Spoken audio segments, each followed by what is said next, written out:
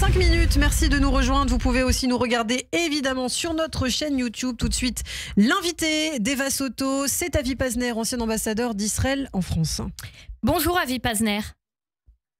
Bonjour Eva Soto. Merci d'être. Très bien, merci. J'espère que vous allez bien aussi. Nous sommes ravis de vous recevoir ce matin sur Radio J, notamment après cette grande émission en France. Emmanuel Macron s'est exprimé sur TF1 pendant 3 heures hier soir. Et à propos du Proche-Orient, il a qualifié la politique du gouvernement Netanyahou de honteuse sur le volet humanitaire et la situation à Gaza d'inacceptable. Votre réaction ? Bien, écoutez, je crois que Emmanuel Macron prépare sa déclaration sur la reconnaissance d'un État palestinien. Donc, il décrit la politique israélienne dans des termes peu flatteurs, justement, pour préparer l'opinion publique française à la reconnaissance d'un État palestinien. Il n'y a pas de crise humanitaire à Gaza en ce moment. Il y a encore assez de vivres et de médicaments pour quelques semaines. Et d'ailleurs, dès que nous saurons qu'il y a une possibilité de réacheminer... Voilà. Nous ferons ça. Nous n'avons aucun intérêt à faminer la population de Gaza. Nous ne voulons pas que le Hamas s'empare des vivres et des médicaments qui passe à Gaza. Parce qu'il y a eu des pillages récemment, et pas forcément du Hamas d'ailleurs. Donc, comment savoir si ce qui rentre dans la bande de Gaza est bien distribué à la population? Il peut y avoir assez qui rentrent, et pour autant que la population ne puisse pas en jouir. Et là, ça fait une crise humanitaire, malgré Israël d'ailleurs. Voilà. Il y a une situation à Gaza, justement, où d'abord c'était le Hamas qui pillait l'aide humanitaire. Pendant plus d'1 an, c'est le Hamas qui s'emparait de l'aide humanitaire et la revendait, pas la distribuait, la revendait à la population de Gaza. Maintenant, il y a des bandes organisées parce qu'il faut savoir que le Hamas est en train de perdre son emprise sur Gaza. Ce n'est pas le même Gaza qu'il y a 1 an ou 1 an et demi. Il y a maintenant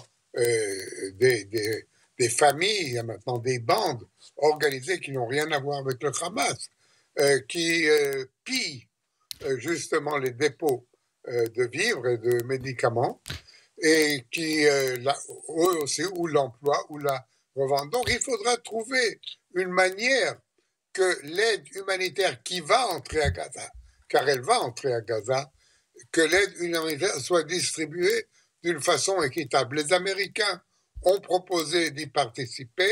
Oui, un plan humanitaire. Un plan humanitaire. Voilà, ils ont proposé d'y participer. On verra, il faut d'abord laisser Donald Trump finir sa tournée au Moyen-Orient. Après, il s'occupera des problèmes de Gaza. Par rapport aux déclarations d'Emmanuel Macron, tout à l'heure sur Radio J, nous étions en ligne avec Emmanuel Narshon, ancien directeur général du ministère israélien des Affaires étrangères. Et il nous parlait, par rapport à ce qui se passe, de ce que les Américains appellent la diplomatie des haut-parleurs, où on ne se parle pas directement, c'est-à-dire qu'Emmanuel Macron ne parle pas directement à Binyamin Netanyahou, mais on s'interpelle à distance. Comment est-ce qu'on en est arrivé là, Avi Pazner? Premièrement, je peux vous dire une chose. Emmanuel Macron et Netanyahou se parlent aussi. Ce n'est pas seulement avec des haut-parleurs, mais ils se parlent. Il y a eu une conversation la semaine dernière. Je m'imagine qu'elle était houleuse, mais les 2 hommes se parlent. Ce n'est pas qu'il y a ici un déchirement et qu'on ne se parle pas. Mais comme je vous ai dit, je crois que Macron... Premièrement, il faut prendre en considération, vous avez en France une forte minorité musulmane qui est troublée par ce qui se passe à Gaza. Et quand Macron parle de Gaza, il s'adresse aussi à cette communauté. Il ne faut pas l'oublier. Il n'y a pas qu'elle, d'ailleurs, en France. Il n'y a pas que la communauté musulmane qui est interpellée par ce qu'il se passe à Gaza. Il y a des partis politiques comme LFI et d'autres personnes aussi. Oui, bien sûr. Je n'oublie pas la gauche extrême et d'autres personnes comme vous dites, mais il faut aussi comprendre que Emmanuel Macron, comme homme politique, qui s'apprête à reconnaître l'État palestinien le mois prochain, prépare le terrain. C'est évident que si on vilifie Israël, cela aidera le moment venu parce que ça va faire un grand remous. Est-ce que c'est un changement, Avi Pazner, des propos comme ça aussi durs de la France? Est-ce que c'est un changement diplomatique des propos aussi durs de la France à l'encontre d'Israël? Ou alors ça s'est déjà produit avant? Est-ce que ça marque un tournant, ce qu'a dit Emmanuel Macron, ou pas? C'est pas un tournant, non. Parce que si vous allez par exemple un an en arrière, vous avez vu les propos de Macron il y a un an, quand on ne nous a pas laissé participer à Eurosatory, quand Macron a appelé un embargo d'armes contre Israël, quand Macron... Est-ce qu'Emmanuel Macron est anti-israélien? Non, je ne dirais pas. Il n'est pas anti-israélien. C'est un homme qui n'a pas de sentiment spécial envers Israël, évidemment. Mais je ne dirais pas anti-israélien. Il poursuit une politique. Vous qualifieriez comment, du coup, les propos d'Emmanuel Macron et la politique d'Emmanuel Macron par rapport à Israël? Vous dites qu'il n'est pas anti-israélien. Qu'est-ce qu'il est alors? Il est critique à l'égard d'Israël, toujours été critique à l'égard d'Israël.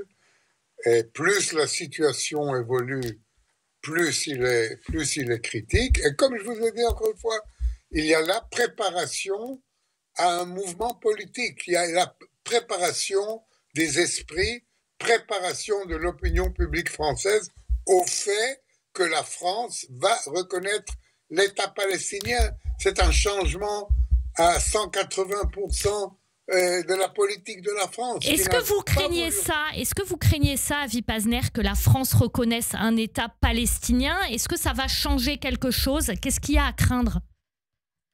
Bien, ce qu'il y a à craindre, c'est qu'il n'y aura jamais...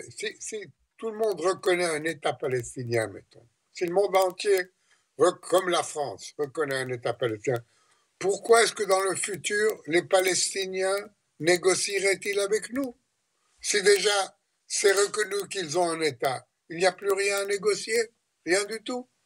Donc c'est ça le grand danger, parce qu'il ne faut pas oublier, c'est vrai, aujourd'hui nous avons une guerre, nous avons une situation très difficile, mais il y a un avenir aujourd'hui. La guerre, elle ne se poursuivra pas 5 ans, 10 ans, 20 ans. Il y aura aussi une autre réalité où on essayera de se parler. Et alors, si on se parle sur quelque chose qui a déjà été acquis par les Palestiniens, pourquoi montrerait-il de la souplesse dans ces négociations? Pourquoi faire des concessions? Ça peut peser les critiques à l'encontre d'Israël sur les négociations sur les otages, par exemple, parce qu'il y a de plus en plus de critiques. Plus l'opération militaire dure, plus il y a des critiques. Est-ce que ça peut peser sur les négociations sur les otages, par exemple? Je n'ai pas compris la question, Eva. Je vous dis, les critiques d'Israël, les critiques de la France ou d'autres pays européens, il y en a de plus en plus. Plus la guerre dure à Gaza, plus il y a de critiques. Est-ce que ça peut peser, par exemple, sur les négociations sur les otages? Est-ce que ça favorise en quelque sorte le Hamas? Ça favorise le Hamas, c'est évident. Les critiques à l'égard d'Israël renforcent les positions du Hamas. Et c'est évident que si le Hamas sent qu'il a derrière lui l'opinion publique de la France, mettons, et d'autres pays, cela fortifie le Hamas dans sa réticence. Et plus il y a de critiques envers Israël, plus le Hamas se sentira fort en face d'Israël. Et Israël, nous avons là un problème parce que le temps passe, et nous avons encore une vingtaine d'otages vivants et chaque jour qui passe est un danger pour eux.